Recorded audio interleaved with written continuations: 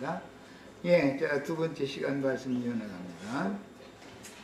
아까 첫 시간 말밑 부분에 44절에서 47절 사이 말씀을 지금 다 못 나눴는데, 특히 그 생명이라고 하는 이 용어 때문에, 히브리어로 생명이라는 용어는 이게 하야라는 용어인데, 헬라어에는 생명이라는 용어가 영적 생명에 사용하는 용어가 다르고, 혼적, 육신적인 생명이라고 하는 용어가 각각 달라요. 히브리인들은 영적 생명만을 생명이라고 봤기 때문에 뭐 다른 표현을 할 필요도 없었지만, 이제 헬라인들은 세상의 그 인간 문화를 대변하는 게 헬라 문명이기 때문에 영적 생명은 조에라고 하는 단어를 쓰고, 혼적 생명은 푸시케라는 단어를 써요. 이 푸시케는 그 사랑의 여신 이름이 푸시케 신이죠. 육신적인 생명은 비오스라는 용어를 사용해요. 이게 히브리어와 헬라어의 그 용어가 여러 가지 용어가 있어서, 어떤 생명을 말할 때는 이게 육신적인 생명을 말하는 건지, 성경 문맥에 따라서 혼적 생명을 말하는 건지, 근원적인 영적 생명을 말하는 건지, 이것을 문맥에 따라서 이렇게 해석을 해야 되는 겁니다. 자, 아까 그 생명이라는 것은 어떤 히브리인들의 어떤 단어에는 그 근원이 있어요. 그 단어의 어떤 근거가 있는데, 영적 생명의 근원은 말씀이다 라는 거 아까 말씀드렸어요. 왜? 시라고 하는 개념이 있기 때문에. 그래서 이제 시가 있으면 밭이 있어야죠. 당연히 시만 있어도 안 되죠. 밭이 있어야죠. 그런데 어떤 운행 변화에 따라서, 천체계의 변화에 따라서 사계절이 바뀌기 때문에 아무 때나 씨를 심고 아무 때나 추수하고 그렇게 하는 게 아니죠. 다 그 농사는 법에 맞춰서 하나님이 우주를 경영하시는 운행에 맞춰서 농부가 지혜롭게 해야 돼요. 이런 것은 천국 농사에 대한 상징이고, 하나님은 하나님의 형상과 모양으로 창조되고 지어지고 만들어진 사람이 생육하고 번성을 해야 그분의 나라의 충만의 수를 채워야 하기 때문에, 이제 생명이 있으면 생명은 번성하는 생명이다, 이게 살아있는 생명이다라는 말이에요. 자, 올해 농사를 해서 다 먹는 게 아니죠. 내년에 다시 씨를 심을 가장 좋은 그 종자를 보관을 하죠. 농부는 언제나 그렇게 해요. 씨가 생명인 것이지, 씨가 나서 자라서 하는 그런 것을 보고 생명이라고 하는 것은 나타난 상태만을 보고서 생명이라고 말하는 거예요. 하나님의 말씀에서 생명이라고 하면은 근원이 씨단 말이에요. 씨. 그런데 구약 성경의 율법에 보면은 부족 간에 어떤 전쟁이 벌어지면 씨를 말려야 되기 때문에 남자를 싹 죽이는 거예요. 그 어떤 부족의 아내가 만삭이 돼 있으면 만삭이 된 여자는 배를 갈라서 죽여요. 그때 당시, 지금은 뭐 이제 아기를 꺼내느라고 살리느라고 배를 갈리지만 옛날에는 배 갈리면 죽는 거니까 그렇게 해서 죽였어요. 왜냐하면 종자를 말려야 되니까. 그래서 옛날 국가에 어떤 반역을 일으키면은 그 족을 멸한다 그래요. 씨를 말린다 이렇게 표현을 해요. 씨를 말린다. 그러니까 히브리인들의 그 셈족의 문화에서는 종자, 그 어떤 부족을 멸망시키려면 남자를 죽이면 되는 거예요. 여자는 죽여야 소용없어요. 남자가 살아있으면 어떤 여자 만나가지고 또 히브리면 도로번성하니까 그 부족을 멸망시키려면 그 부족의 여자를 100명 다 죽여도 소용없어요. 그 부족의 남자를 싹 죽여야 되는 거예요. 언제나. 그래서 구약성경 읽다 보면 참 무시무시한 말이 나오죠. 그냥 남자는 막 어린아이 어른 할 것 없이 전부 막 씨를 말려라 막 이렇게 다 죽여라 이렇게 돼 있죠. 그러면 그게 왜 그런지를 알아야 돼요. 셈족의 문화단 말이에요. 어떤 그 원수되는 원수의 족속을 멸망시켜야 되기 때문에 그 중에 하나가 살아남으면 도망가서 살아남으면 그 씨를 퍼뜨려 가지고 몇 대 후손이 지나가면은 오히려 쳐버린단 말이에요. 이쪽을 또. 그럼 그런 것을 방지하기 위해서 남자를 싹 죽인 거예요. 이제 예를 들어서 지금은 여성들이 활동도 많이 하고 대우를 참 받는 이제 좋은 세상이 됐는데 남자들이 다 이래저래 해서 남자가 다 없어지면은 세상이 유지가 돼야 안 돼요? 남자가 싹 없어지는 경우 여자만 있으면 될 줄 알죠? 여자만 나오면 인류의 멸망이죠? 사람들이 생각하고 에이 그 뭐 남자들 거추장스러운 거 없애버리고 가 있는 거 그냥 뭐 여자들만 그냥 살면 좋을 것 같으죠? 그게 인류의 멸망이에요. 이 이치를 잘 아셔야 돼요. 중요한 것은 남자가 살아남아 있어야 인류가 계속 번성이 되는 거예요. 유지가 되는 거예요. 그래서 이게 셈족의 문화인 거예요. 자, 이제 씨를 뿌릴 때 아무 밭에나 무조건 씨를 뿌리지 않는 것처럼 때를 따라서 농부가 지혜롭게 씨를 뿌리는 것처럼 경수를 한 태에나 씨를 뿌리어야 새 생명을 잉태할 수가 있는데 이것은 회개하여 죄 씻음을 받은 영혼에게나 진리의 말씀 씨가 정상적으로 심어져서 거듭날 수 있는 것이다 이 말이야.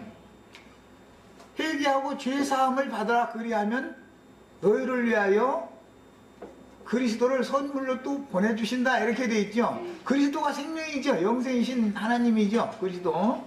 야, 그러니까 먼저 선결 조건이 뭐냐? 땅이 준비가 돼야 된단 말이야. 동토에다가는 씨를 뿌려야 소용이 없는 거예요. 씨를 뿌릴 때가 아니니까.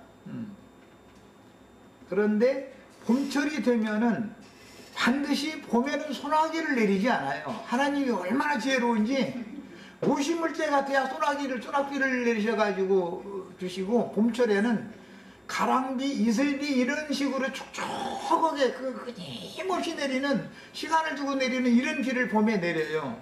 그럼 개들이 딱 바꿔져 버린 거. 봄비가 한번 내리고 나면은 봄비가 오고 나면은 바람이 불어요. 꽃샘추위라고 그러죠.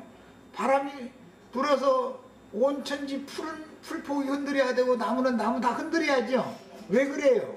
비 온 다음에 나무를 흔들어 놓는 건 땅속에 물이 스며라 그 말이죠. 하나님이 우주 동사를 그렇게 지혜롭게 하시는 분이에요.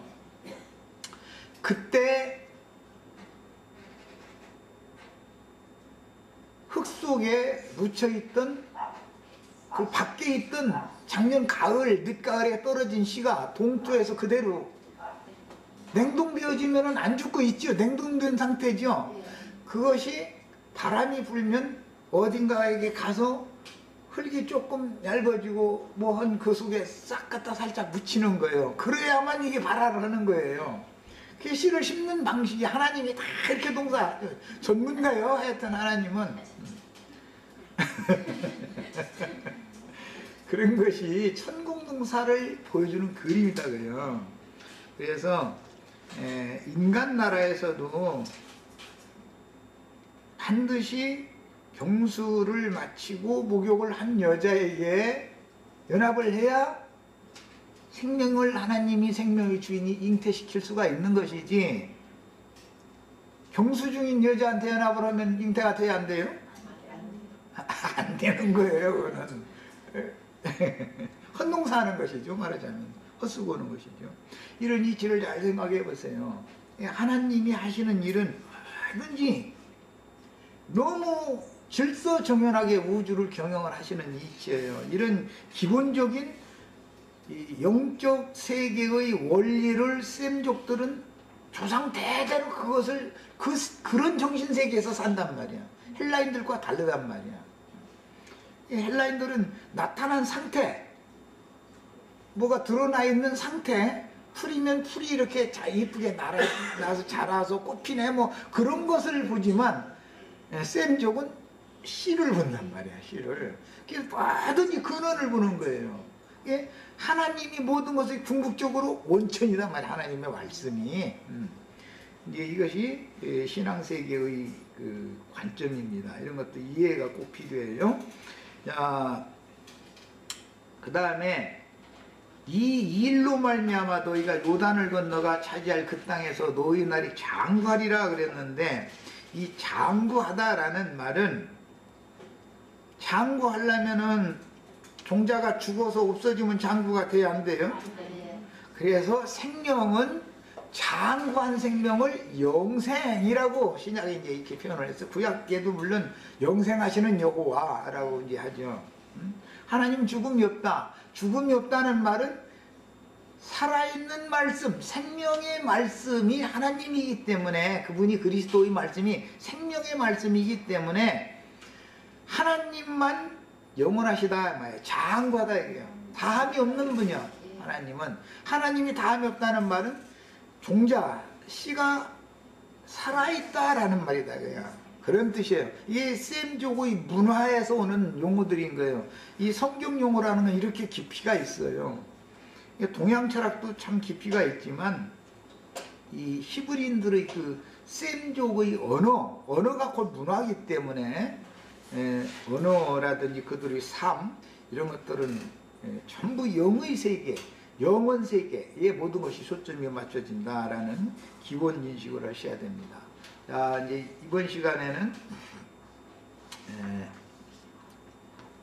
48절에서 52절 좀 빨리 나가야 되겠네. 그 47절을 조금 더 해야 되겠다. 이는 너희에게 헛된 일이 아니라 너희의 생명이니 이랬는데, 아까 얼핏 설명한 것처럼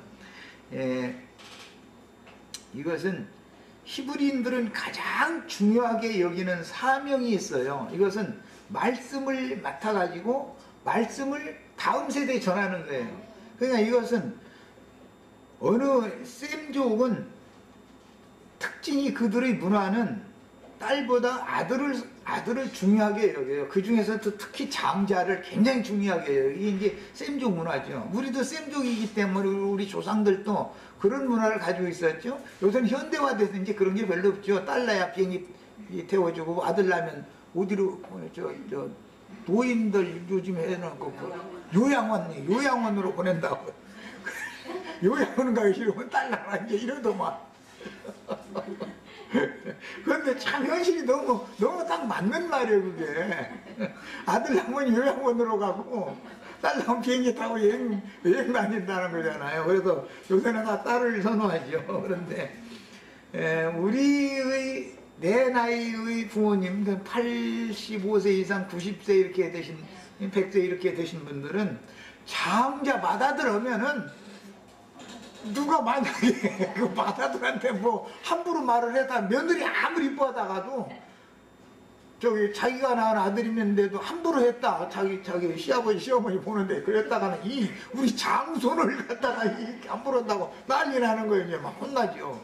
그만큼 장자권이라는 걸 굉장히 중요하게 여기고 아들을 굉장히 중요하게 여기는 셈족의 문화예요. 그런 문화가 생명과 관계되는 거예요. 여자를 하시하는 것이 아니라 밭보다도 우선 씨가 우선이다라는 말이에요.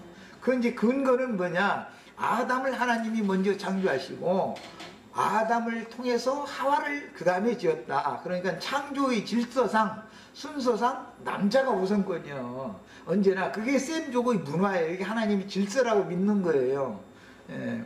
이제 이런 그 연결되는 모든 그 셈족의 문화를 잘 이해를 하셔야,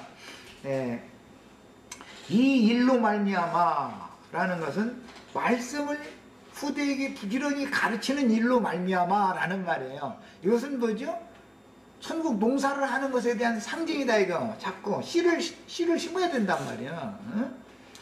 그래서 그 후손들이 생육하고 번성하는 것은, 육신적인 후손들이 생육하고 번성하는 것은 하나의 표상이고, 실제로는 말씀으로, 진리의 말씀을 믿어서 거듭난 생명이 생육하고 번성해야 되는 것이 히브리인들의 기본 사상이란 말이에요. 영적 세계를 실현시켜야 되기 때문에 그래서 이 일로 말미암아라는 말이 이렇게 여기서는 중요한 수식어가 되고, 너희가 요단을 건너가 차지할 그 땅에서 너희의 날이 장구하리라. 장구하리라는 것은 생명의 대가 다함이 없다 그 말이에요. 그런 용어예요. 그래서 히브리인들은 가나안 땅에서 밖으로 쫓겨나가요. 그러면 죽었다고 보는 거예요. 죽은 거예요. 하나님의 생명에서 끊어진 걸로 보는 거예요. 그리스도의 은혜에서 끊어지면 하나님의 생명에서도 단절된 걸로 보는 거예요. 그 죽음이에요. 히브리인들의 죽음이라는 개념과 이 헬라 사람들의 죽음이라는 개념이 이렇게 달라요. 헬라 사람들은 육신의 몸이 그 영혼과 분리되면, 숨이 끊어지면 죽었다고 그러잖아요. 피돌기가 멈추면 죽었다고 그래요. 그것은 의학적인 죽음이죠. 헬라 문화니까. 그러니까 히브리인들은 그렇게 보지 않아요. 그 신앙 양심이 죽은 상태, 영적으로 죽은 상태, 양심상 죽었느냐 살았느냐, 이것을 보는 거예요. 히브리인들은 이렇게 관점이 달라요. 세상 사람들과 이 셈족은 문화가 이렇게 다른 거예요. 자, 그래서 이제 이것은 말씀을 맡은 자의 사명을 지금 말하는 것으로서, 주님께서도 이 말씀, 이 오늘 우리가 나눈 이 말씀, 단락 말씀을 인용을 하셔서 제자들에게 말씀을 부탁하신 말씀을 했어요. 오늘 너희에게 증언한 모든 말을 너희 마음에 두고 너희 자녀에게 명령하여 이 율법의 모든 말씀을 지켜 행하게 하라. 여기서 율법에 이렇게 돼 있어요. 그런데 갈릴리의 산으로 제자들을 부활하신 다음에 다시 모이라고 했죠. 거기서 제자들이 이제 모든 민족에게, 열국에게 파송하시죠. 파송을 하실 때 내가 너에게 분부한 모든 말씀들을 사람들을 얻어서 제자를 삼아가지고 그들에게 다 가르쳐서 내가 가르친 모든 말씀들을 너희가 또 가르쳐서 지켜 행하게 해라. 이렇게 예수님 말씀을 갖다 인용을 해가지고 사도들을 파송을 한 말씀으로 적용을 하셨죠. 자, 그런 걸 보면 사도들이 파송된다라는 것은 천국 농사가 계속된다, 이어진다, 그 말이란 말이야. 말씀을 맡은 사람들이 열국으로 나가는 것은 천국 농사하러 농사꾼이 지금 농토에 씨 뿌리러 나가는 거예요. 개념이 이런 거, 히브리인들의 그 구약 성경에서 오는 히브리인들의 개념 때문에 신약 성경에 예수님이 오셔서 그 말씀을 그렇게 응하게 이루신 거예요. 그러다 보니까 말씀을 맡은 사람은 그게 절대적인 사명이란 말이에요. 여호와께서 맡기는. 이게 신명기 32장 45절 47절까지 나오는 이 말씀은 그 히브리인들은 이것은 절대 명령이다 그래요. 하나님의 절대적인 명령이에요. 이것은 왜 그러냐, 히브리인들의 생명이 계속 장구하게, 즉 계속 이어지고 생육 번성해야 되는 그 일을 위해서는 이게 여호와께서 맡기시는 절대 사명이에요. 그래서 여기에서 이제 사명이라는 신학의 용어가 나오게 된 거예요. 이 문단에서 사명, 나는 사명을 맡았다. 그 말은 나는 주의 말씀을 맡아가지고 보냄을 받았다. 그 말이란 말이야. 난 농사꾼이다. 농부가 되었다. 그 말이란 말이야. 장가들면 사명 맡은 것이죠. 그 집안을 대를 끊어지지 않게 할 사명이 있죠. 그런 뜻이에요. 이렇게 중요한 용어들이 여기 이 단락에서 다 나온 거예요. 사도행전 20장 24절 보면 바울 사도가 이 단락 말씀을 예수님의 이 분부의 말씀을 모세의 그래서 예수님이 인용했고 예수님의 분부의 말씀을 바울 사도가 받아가지고 나중에 이제 그가 증거를 할 때 내가 달려갈 길과 주 예수께 받은 사명이라는 용어가 나와요. 기독교계 그 복음성가에도 보면 사명이라는 그 찬송 아주 유명하죠. 곧 하나님의 은혜의 복음을 증거하는 일. 주 예수께 받은 사명이라는 것은 은혜의 복음을 증거하는 일을 하는 것이란 말이야. 이것이 천국 농사의 농부로 나는 사명을 받았다. 이제 그런 개념이에요. 이 증언하는 일을 마치려 하면은 나의 생명조차 조금도 귀한 것으로 여기지 아니하노라. 그래서 여기 자신의 이 생명은 육신의 생명을 말하는 것이죠. 자신의 육신의 몸이 죽는 것도 불사하고 나는 주님께서 나에게 맡긴 이 전도를 하라고 하는 이 사명을 더 중요하게 여긴다. 이게 셈족의 문화단 말이에요, 이것이. 그 다음에 똑같이 바울사도가 하는 말인데 고린도전서 9장 17절에도 보면 내가 내 자의로 이것을 행하면 전도의 일을 내가 내 자의로 행하면 상을 얻으려니와 내가 자의로 아니한다 할지라도 내가 자원에 서지 않는다 할지라도 나는 사명을 받았노라 그랬어요. 그러니까 바울사도는 사명을 받은 사람이니까 이 일을 행하지 않으면 누가 화를 당하는 거예요? 자기 자신이 화를 당하는 거예요. 이런 개념이에요. 이건 아주 절대절명의 의무란 말이에요. 사명이란 말이에요. 어떤 가문에서 아들을 잘 길러서 장가를 드리면 당연히 손자를 낳아야 되는 거예요. 손자를 낳지 못하면 사명을 하지 못한 거예요. 그것이 가문을 문 닫게 만드는 역할이기 때문에 이런 것이 셈족의 문화와 헬라인들의 문화가 이렇게 다르다. 헬라인들은 나타난 상태, 뭐 미리면 미리 이렇게 태어나서 자라는 이제 그런 상태, 뭐 꽃나무면 꽃나무가에서 뭐 이게 나서 꽃 피우고 그런 상태를 그 생명이 풍성하다 이렇게 표현하지만 셈족은 종자가 씨가 얼마만큼 많이 잘 보관되어 있느냐, 건강한 씨가 얼마만큼 보관하고 있느냐 이거를 본단 말이에요. 근원을 본단 말이에요. 이런 개념이 잘 이 성경을 읽을 때는 정리를 하셔야 됩니다. 자, 그 다음에 이제 마지막 단락 48절부터 52절을 봅니다. 바로 그날에 여호와께서 모세에게 말씀하여 이르시되 너는 여리고 맞은편 모압 땅에 있는 아바림 산에 올라가 느보 산에 이르러 내가 이스라엘 자손에게 기업으로 주는 가나안 땅을 바라보라. 네 형 아론이 호르산에서 죽어 그의 조상에게로 돌아간 것 같이 너도 올라가는 이 산에서 죽어 네 조상에게로 돌아가리니 이는 너희가 시인 광야 가데스 무리바 물가에서 이스라엘 자손 중 내게 범죄하여 내 거룩함을 이스라엘 자손 중에서 나타내지 아니한 까닭이라. 네가 비록 내가 이스라엘 자손에게 주는 땅을 맞은편에서 바라보기는 하려니와 그리로 들어가지는 못하리라 하시니라 해가지고 신명기 32장 말씀이 이제 맞춰졌어요.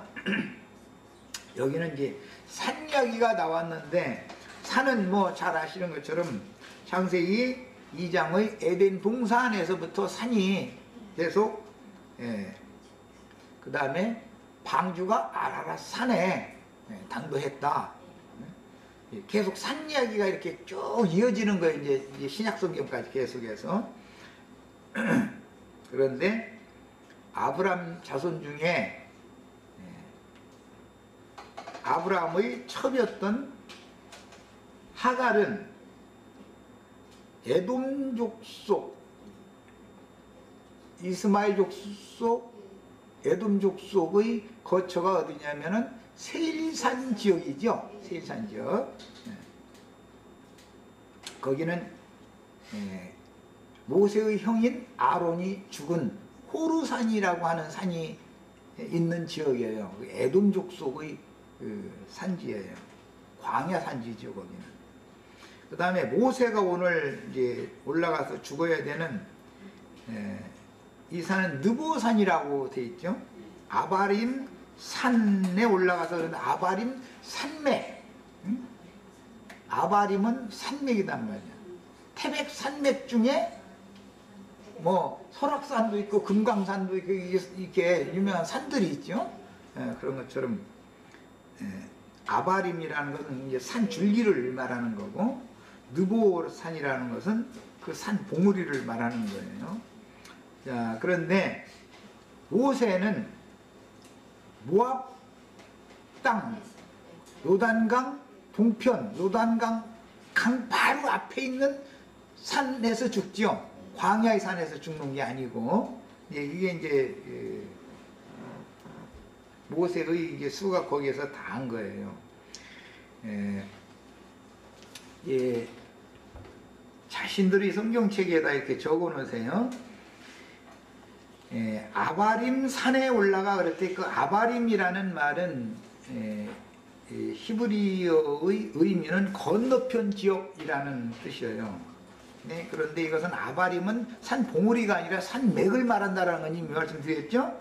아바림 산맥인데 아바림 산맥은 건너편 지역이라는 의미를 갖고 있어요. 그 다음에 느보산이라고 그랬는데 이 느보라는 말은 높다는 뜻이에요. 그러니까 높은 산이죠. 이 느보산은 신약의 용어로는 높은 산이죠.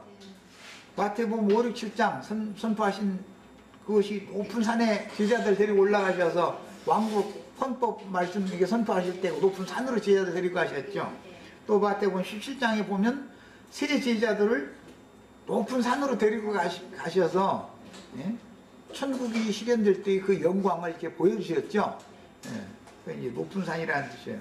그 높은 산의 의미가 계시록 맨 마지막에 21장에 보면 사도 요한은 반모섬에 현재 있는 중인데 성령의 계시를 보여주기 위해서 신부 성의 이상을 보여줄 때는 높은 산으로 이끌고 가서 거기서 신부 성을 보여줬죠. 예루살렘 성을.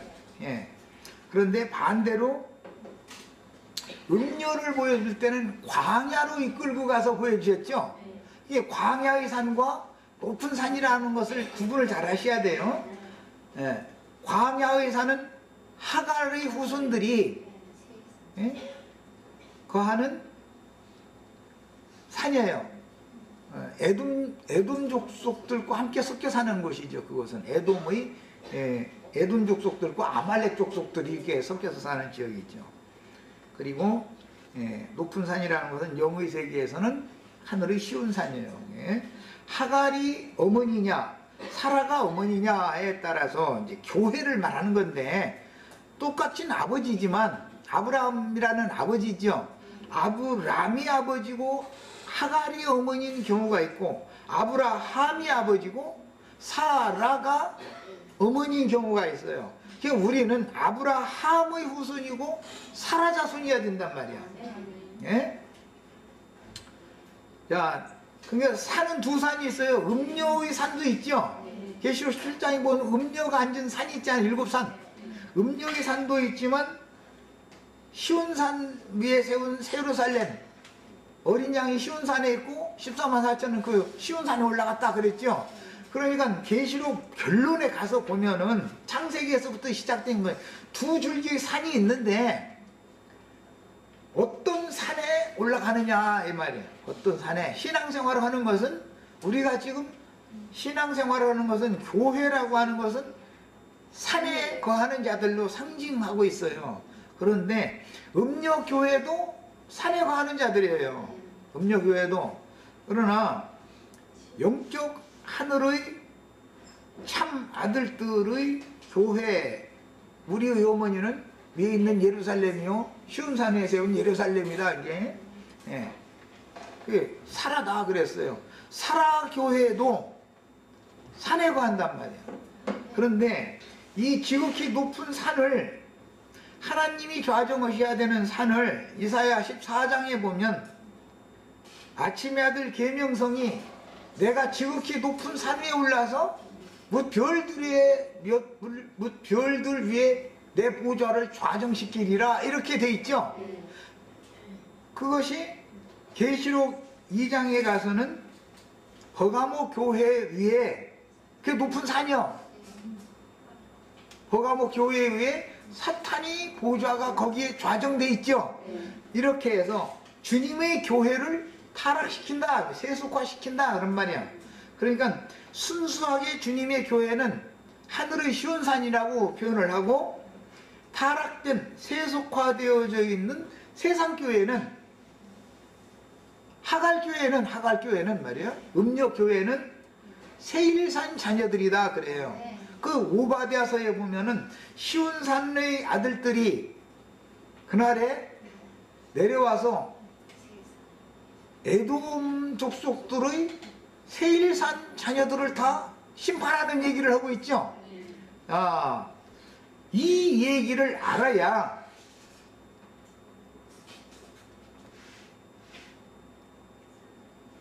가인의 후손들과 아벨의 후손들에 대한 이해가 올 것이고, 여자의 후손들과 뱀의 후손들이 그 노선이 어떻게 갈라지는가를 이해를 할 수 있어요. 왜 큰 음녀라고 하는 큰 성 바벨론, 그 큰 음녀가 3위에 있는데, 그 음녀도 3위에 있는데 왜 거기에서는 나오라고 그러는가? 나와서 그럼 어디로 가라는 말인가? 하늘의 시온산으로 가라는 말이다 이 말이야.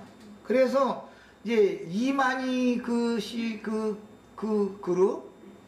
이제 나온몽씨 계열에서 나온 그 그룹이 이제 여러 사람들이 있어요. 몇 사람들이 무리가 있는데, 그 사람들은 시온산을 그렇게 좋아해요. 그래서 성경에 참 정상적으로 시온산이라는 말을 가르쳐야 되는데, 앞에서 물을 흘러나가지고 시온산 어쩌고 하면은 그 이만이구만 이래버려 그냥. 예. 아이 나 정말 참 폭폭해 죽겠어 아주 그 사람들 때문에. 아니 성경에 좋은 말은 다 갖다 그런 식으로 갖다 그냥 가서 물을 흐려놔 버려가지고. 야, 그러면 이렇게 높은 산에 올라가서 멀리 약속의 기업을 바라보고 죽는 이야기예요. 지금 모세가 자기 생애를 바치는 것이죠. 그런데 평지에서 죽지를 않고 산꼭대기 올라가서 죽게 만든 거예요. 문자대로 하자면 산꼭대기까지 팔레스타인 땅의 그 동편 지역에서 제일 높은 산이라는데, 산꼭대기까지 늙은이 보고 120살 먹은 늙은이 보고 거기까지 올라가라 해가지고 너 거기서 죽어 그러니 이게 참 올라가다 죽어 나 같으면 다리 힘 빠져가지고. 그러니까 여기에 어떤 말하고자 하는 영적 의미가 반드시 있겠죠. 이제 이런 걸 생각해 보시면 돼요. 자, 건너편 지역이라는 의미의 아바림 산맥, 느보산 봉우리와 이제 다른 표현에서는 비스가산이라는 용어도 나오죠. 신명기 3장 27절에 보면 비스가산이라는 표현이 나왔어요. 그 느보산 봉우리와 비스가산 봉우리는 아바림 산맥의 이쪽 높은 봉우리와 저쪽 높은 봉우리예요. 그런데 그 거리가 약 성지순례를 난 안 가봤는데, 성지순례 갔다 온 사람들 사진 찍어서 올렸길래 내가 지난주에 오늘 이거 자료를 생각해서 올려놨어요. 그 산에 대해서 아바림 산맥의 두 산 이제 여기서 내가 올려놨어요. 그런데 그 그림 다 구경하셨나 모르겠네. 봐도 내가 아무 생각 없이 올려놓을 리는 없는데 말이야. 왜 올려놨을까 하면 이제 오늘 이제 그 위치를 좀 가서 인터넷 우리 저 사이트에 찾아가지고 꼭 지리도 좀 배워두는 게 필요하겠어요.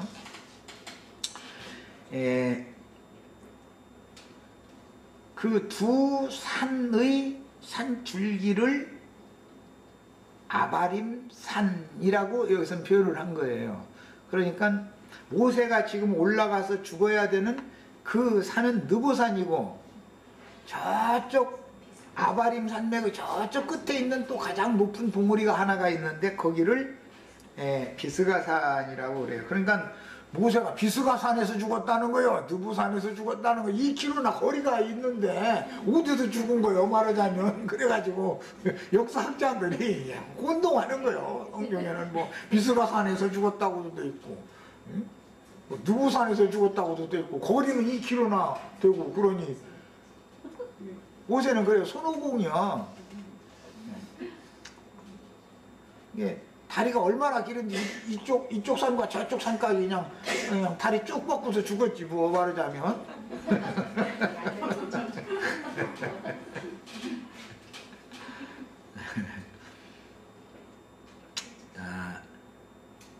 신약의 높은 산은 갈릴리에서 다시 만나기로 약속한 산이라고 마태복음 27장 7절로 10절 16절에 명시되어 기록되어 있고, 마태복음 17장 1절로 8절이나 베드로후서 1장 18절에는 높은 산에서 천국의 영광을 보여준 것을 명백하게 이제 문자대로도 기록을 하고 있어요. 자, 그런데 오늘 말씀 시작에 바로 그날에 여호와께서 모세에게 말씀하여 이르시되 라는 말은 모세가 이 유언의 말을 노랫말로 지어서 처음부터 끝까지 다 가르쳐주고 죽음을 준비하게 된 모세의 그 마지막 시점이 되던 그날에, 이 유언의 말을 마치던 그날에 그 말이에요. 죽음을 앞둔 모세가 지금 사실은 자기의 사명을 이임하면서 누구에게 이임하죠? 여호수아에게, 호세아라고 오늘 말씀에 되어 있죠? 호세아에게, 여호수아에게 별도로 기름을 부어서 위임식을 하는 거예요. 자신은 퇴임식을 하는 날이에요 지금. 모세가 받은 어린 양의 노래를 지어서 이스라엘 새 지도자로 취임하는 여호수아의 책임 아래, 그러니까 사명을 모세가 지금 여호수아에게 바톤을 넘기고 있는 날이죠. 이때가 모세의 죽음이 임박한 때인데, 여리고 맞은편 모압 땅에 있는 아바림 산이라고 했지만 산맥이고, 이 산맥은 사해 북동쪽의 그냥 요단강 동편의 요르단 평원, 모압 평원에 위치한 산맥으로서 요단강과 사해를 동쪽으로부터 강 건너 서편을 내려다볼 수 있는 그런 이제 전망이 좋은 그 산이 느보산이라는 것이에요. 여기에는 말하고자 하는 어떤 의미가 있다. 모세가 아바림 산 이쪽 봉우리 높은 곳에서 저쪽 봉우리 높은 곳까지 두 군데에서 아바림 산맥에서 죽었으면 그 모세의 키가 얼마나 크길래 2kg나 되는 그 산맥에서 죽었겠냐 말이야. 그러니까 성경이 지금 말하고자 하는 의도가 있다는 걸 말씀드리려고 그러는 거예요. 이것은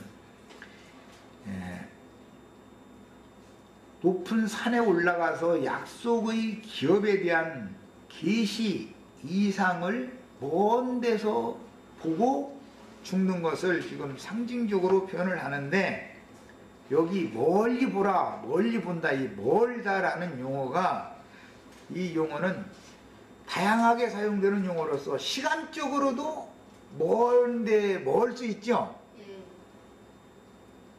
그 다음에 공간적으로도 멀 수가 있어요. 이게 양면에서 다 사용하는 그런 용어예요.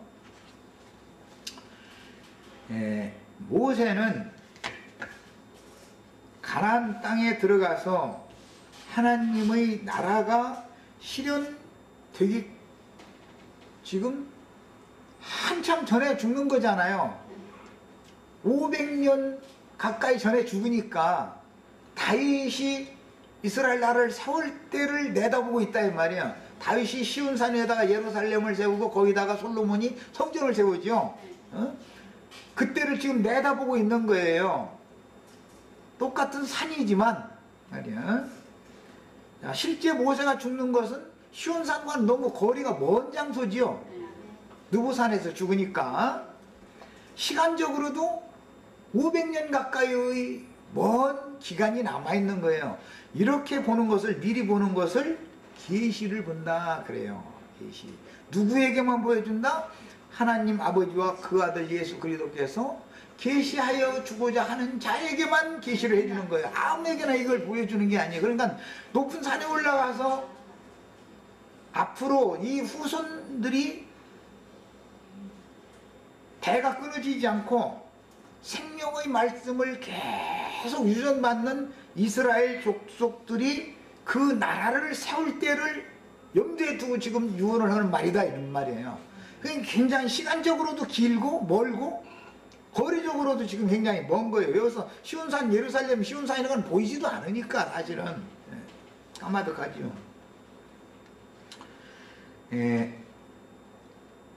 에스겔 20장 40절을 읽어드립니다. 주 여호와의 말씀이니라. 이스라엘 온 족속이 그 땅에 있어서 내 거룩한 산 곧 이스라엘의 높은 산에서 다 나를 섬길 것이니 거기에서 내가 그들을 기쁘게 받을지라. 거기에서도 이 예물과 너희가 드리는 첫 열매와 너희 모든 성물을 요구하리라. 내 거룩한 산 곧 이스라엘의 높은 산. 거기에서 주님의 백성들이 주님을 섬긴다는 거예요. 자, 그러니까 주님을 섬기기 위하여 모이는 것은 교회죠. 맨 먼저 광야로 출애굽해서 나왔을 때 신의 산 아래에서 모여서 하나님의 말씀을 듣고 그 말씀이신 여호와께 영광을 돌리고 그랬죠. 자, 그러니까 구원 받은 사람이면 혼자 있어도 돼요? 교회로 모여야 돼요? 교회로 모이지 않고 혼자 독단적으로 잘난 체 하는 사람은 유리하는 별이 되어졌거나 하나님의 은혜에서 끊어졌다라는 증거다 이거예요. 반드시 산에 모여야 되는 거예요. 그런데 나중에 솔로몬대 이후에 보면 산당을 지어놓고 모여가지고 거기에서 바알과 아세라의 사제들이 신앙을 변질시키죠. 그것이 쇠도들이 여수른이 되게 하는 예언이 역사상에 이루어지는 것이죠. 그러니까 모세가 이미 받은 이 예언이라는 것은 앞으로 500년 후에 역사상에 그대로 이루어진단 말이야. 전체가 다. 자, 그래서 멀리 봐라, 멀리. 신약성경에는 원시한 눈을 가져야 된다 이런 용어 보셨죠? 베드로후서에 나오는 말이요. 우리는 다 원시한 눈을 가지셔야 돼. 예수님이 제일 원시한 눈이고 모세가 120세가 돼서 죽는데도 눈이 흐리지 않았다 그런 게 그 무슨 뜻이냐? 시력이 뭐 2.0이었다 그 말이 아니고 또 아니라고 하면 또 많은 신학자들이 또 따지면서 그러니까 뭐 2.0인지 3.0인지 날 모르겠고 그건 모르겠고라고 해야지. 아니고라고 하면 모세가 눈이 그렇게 좋았다 성경에 있는데 이러냐고 또 이러면 그 눈이 좋았다는 말은 멀리 볼 수 있는 눈을 가졌다 그 말이에요. 멀리 계시를 받았다. 계시로 말미암아 마음 눈이 밝아진 상태를 말하는 것이지 120살 먹은 할아버지 눈이 좋으면 얼마나 좋겠어. 물론 안경 안 쓰고 봤으면 뭐 참 좋은 눈이지만 문자대로의 뜻만을 말하고자 하는 것이 목적이 아니다. 라헬이 눈이 이쁘다고 그러니까 라헬이 쌍꺼풀 쥐고 레아는 쌍꺼풀이 안 졌다 이렇게 막 그 설교하는 사람들 들어봤어요. 아니 쌍꺼풀이 졌는지 안 졌는지 봐도 자기가 라헬의 눈이 쌍꺼풀 졌는지 그걸 누가 확인해 봤어? 그게 그런 말이겠냐 이거요.